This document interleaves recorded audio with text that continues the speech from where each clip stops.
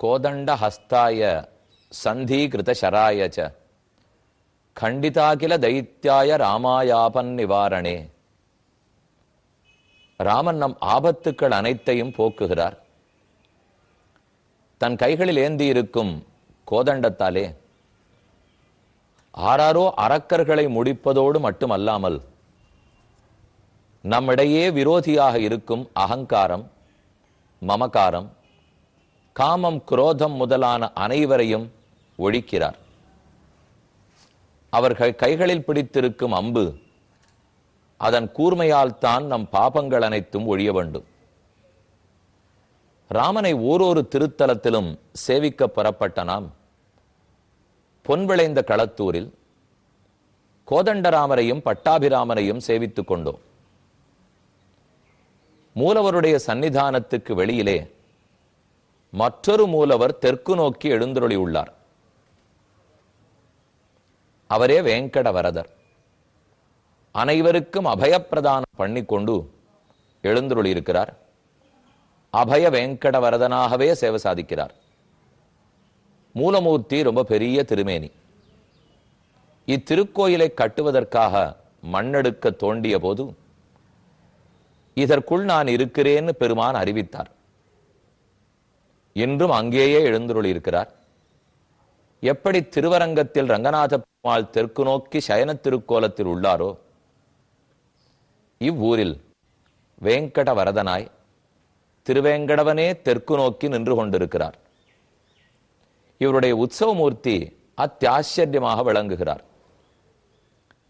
நம் அனைவரையும் அஞ்சேல் என்று சொல்லக்கூடிய அபயஹஸ்தம், இந்த திருவடிகளை பற்றினவர்களுக்கு நான் பாபக்கடலை முழந்தாளளவு வற்றி கொடுக்கிறேன் என்று சொல்லும் இடது திருக்கை.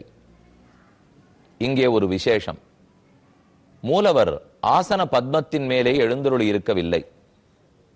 எந்த சன்னிதானத்திலும் கீழே பீடம் இருக்கும், ஆசன பத்மம் என்று பெயர். அந்த தாமரை பீடத்துக்கு மேலதான் பெருமாள் எழுந்தருளி இருப்பார்.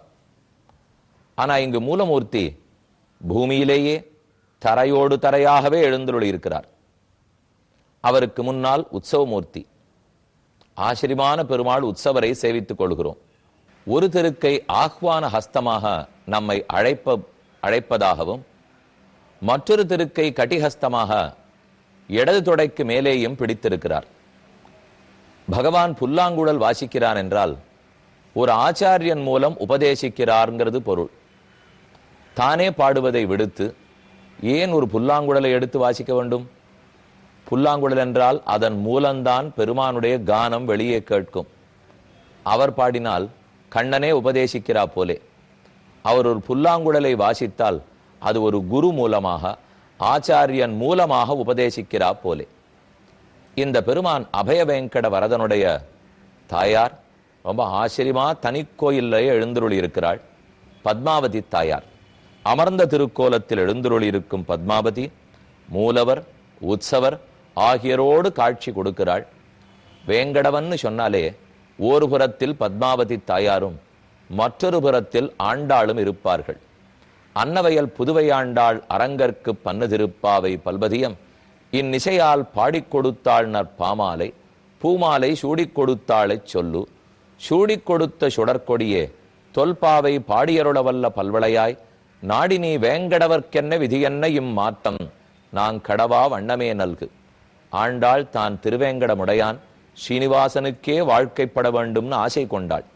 இங்கே அபய வேங்கட வரதரோடே மற்றொரு புறத்தில் ஆண்டாள் சன்னதி உள்ளது. வேங்கட வரதனையும் பத்மாவதி தாயாரையும் ஆண்டாளையும் இன்று அனைவரையும் சேவித்துக் கொண்டோம். ஸ்ரீராமாயணத்தில் பாலகாண்டத்தில் ரொம்ப ஆச்சரியமான கட்டத்தில் இப்போது உள்ளோம். பாலகாண்டத்தில் வால்மீகி ராமாயணத்தில் என்ன உண்டு? யஜ்ஞசாலை ஏற்படுத்தப்பட்டது. அஸ்வமேத யாகத்துக்காக குதிரை தேசம் முழுக்க அனுப்பப்பட்டது. எங்கும் தானம், தர்மம், அன்னம், நல்ல வார்த்தைகள், சத் சங்கம் இப்படியே ஏற்பாடு பண்ணணும்னு தயரதன் ஆசை கொண்டார்.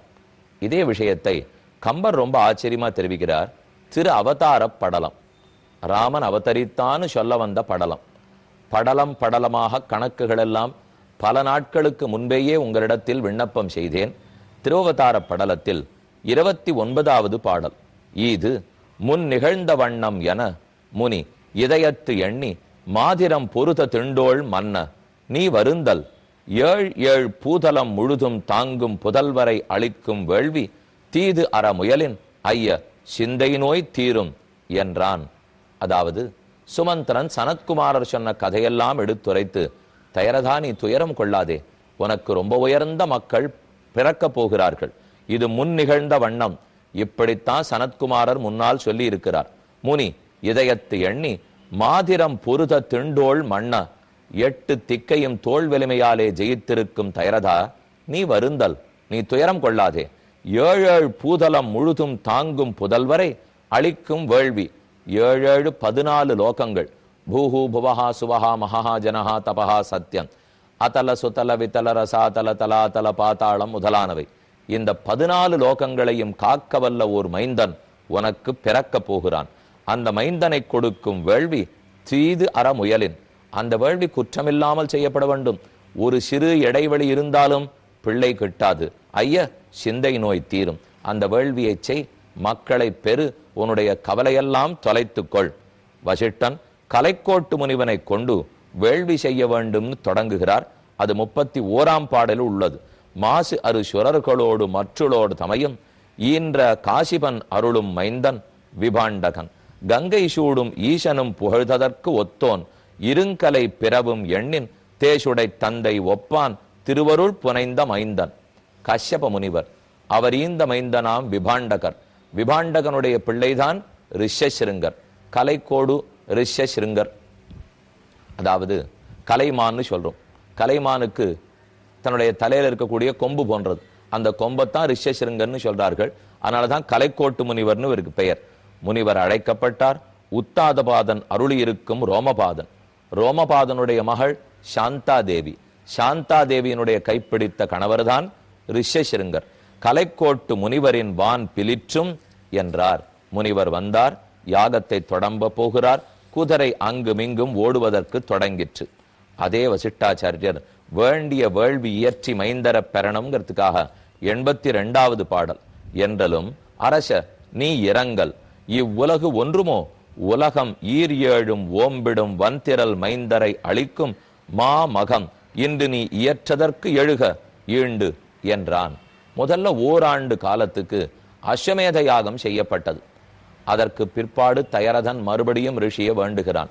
எனக்கு புத்திர பேர் ஏற்படுத்தக்கூடிய புத்திரகாமேட்டி யாகத்தை செய்ய வேண்டும். மறுபடியும் புத்திரகாமேட்டி யாகம் செய்யப்பட்டது. அந்த யாகத்தினுடைய ஹோமகுண்டத்திலிருந்து நெருப்புக்கு நடுவில் இருந்துதான் பெருத்த உருவம் ஒன்று தோன்றி உயர்ந்த தங்க பானையில் வெள்ளி தங்கம் ஆகிய கலந்த பானையில் பாயசத்தை கொடுக்க, அந்த பாயசத்தை 3 பேருக்கும் பிரித்து கொடுக்க, அதனால 4 மக்கள் பிறந்தார்கள்னு சரித்திரம். ஆக கம்பராமாயணத்திலே இவர் எப்படி யஜ்ஞசாலைக்குள்ள புகுந்தார், ரிஷசிருங்கர் வந்த கதை, அதனைத்தையும் பார்த்தோம். அடுத்தது வால்மீகி ராமாயணத்தில் விட்ட இடத்துக்கு வருவோம். நாம் 13வது சர்க்கத்தில் 33வது ஸ்லோகத்தில் இருந்தோம். அவஜ்ஞயா ந தாத்தவ்யம் கஸ்யசித் லீலயாபிவா அவஜ்ஞயா கிருதம் ஹன்யாத் தாதாரம் நாத்திர சம்சயா. ஒருத்தருக்கு நாம தானம் கொடுக்கிறோம், 10 கோடி 40 கோடி பொன்னு செலவழித்து இவ்வளவு பெரிய யஜ்ஞத்தை செய்கிறோம். ஆகவே நமக்கு இருக்கிற பெருமை யாருக்குண்டு என்கிற இருமாப்பு வந்துவிடக் கூடாது. சுமந்திர, நம் மக்கள் அனைவருக்கும் சொல்லிவை, வந்திருக்கும் விருந்தாளிகள் நமக்கு முக்கியம், அவர்களை வணங்கி தானம் கொடுக்க வேண்டுமே தவிர நம் கை ஓங்கிவிடக் கூடாது. பெரியோர்களுக்கு தானம் கொடுக்கும் போது அவர்கள் கை தாழ்ந்திருக்கும், கை ஓங்கி இருக்கும். அப்படி இருக்கிறது கூடாது. தர்ம தேவதைக்கு பிடிக்காதாம். பின் எப்படி கொடுக்கலாம்? இப்படி செய்யலாமா? ஒரு பொன் நாணயம், தங்க நாணயத்தை தானமா கொடுக்கணும், வஸ்திரத்தை தானமா கொடுக்கணும்னால் நம்ம கையில் வஸ்திரத்தை பிடித்துக் கொள்வோம் அல்லது தங்க நாணயத்தை பிடித்துக் கொள்வோம். அவர் அதை எடுத்துக் கொள்ளலாமே. நம் கை தாழ்ந்திருக்க வேண்டும், பெறுபவன் கை உயர்ந்திருக்க வேண்டும். அப்படின்னா கொடுத்தவனுக்கு மேற்றம், பெற்றவனுக்கு மேற்றம். ஆனா கொடுத்தவனுடைய கை உயர்ந்திருக்க வேணுங்கிற எண்ணம் இருந்தால் அது கொடுத்தவனுக்கு புண்ணியத்தை கொடுக்காது, இருமாப்பை தான் கொடுக்கும். அதனால் பாவத்தையே கொடுக்கும். இவ்வளவு பெரிய யஜ்ஞம் நடக்கிறது, தயரதன் நடத்துகிறான், சக்கரவர்த்தி நடத்துகிறான். இருமாப்பு கூடாது. அனைவரையும் மதிப்போட நடத்தி தானங்களை கொடுக்க வேண்டும்.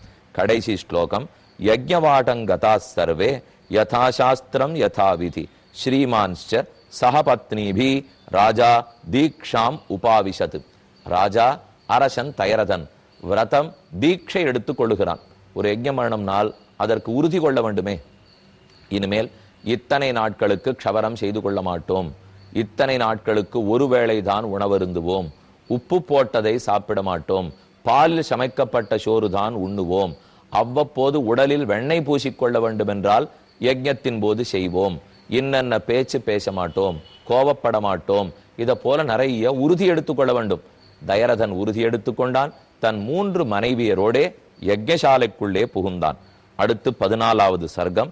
அத சம்பத்சரே பூர்ணே தஸ்மின் பிராப்தே துரங்கமே சரவ்யாச்ச உத்தரே தீரே ராஜ்ஞோ யஜ்ஞோப்யவர்த்தத.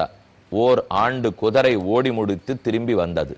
அதே சரையூ நதிக்கரையின் வடக்கு கரையில் சிறந்த யஜ்ஞபூமி ஏற்படுத்தப்பட்டு வசிஷ்டாச்சாரியர் யாகம் பண்ண தொடங்குகிறார். பிராத சவன பூர்வாணி கர்மாணி முனிபுங்கவாக மத்தியந்தினஞ்ச சவனம் பிராவர்த்தத யதாக்கிரமம் திருத்தீய சவனஞ்சைவ ராஜ்ஞோஸ்ய சுமகாத்மனः. முதல்ல சவன ஹோமம் செய்யப்பட்டது. பிராத சவனம், மத்தியந்தின சவனம், சாயம் சவனம் என்னும் முக்காலத்தில் செய்யப்படும் ஹோமம் அது செய்யப்பட்டது. விருத்தாச்ச வியாதிதாச்சைவ ஸ்திரீ பாலாச்ச ததைவச்ச அனிஷம் புஞ்சமானானாம் ந திருப்திர் உபலப்யதே.